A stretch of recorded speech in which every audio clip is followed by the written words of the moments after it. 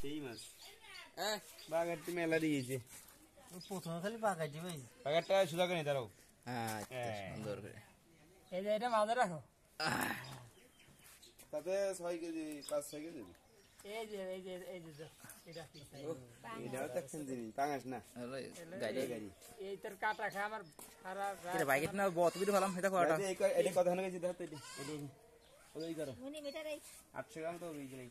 আমি উঠাইছি আগে না সম্রাট কত কে রে কলাম না কেজি খানি আমি কলাম না 700 গ্রাম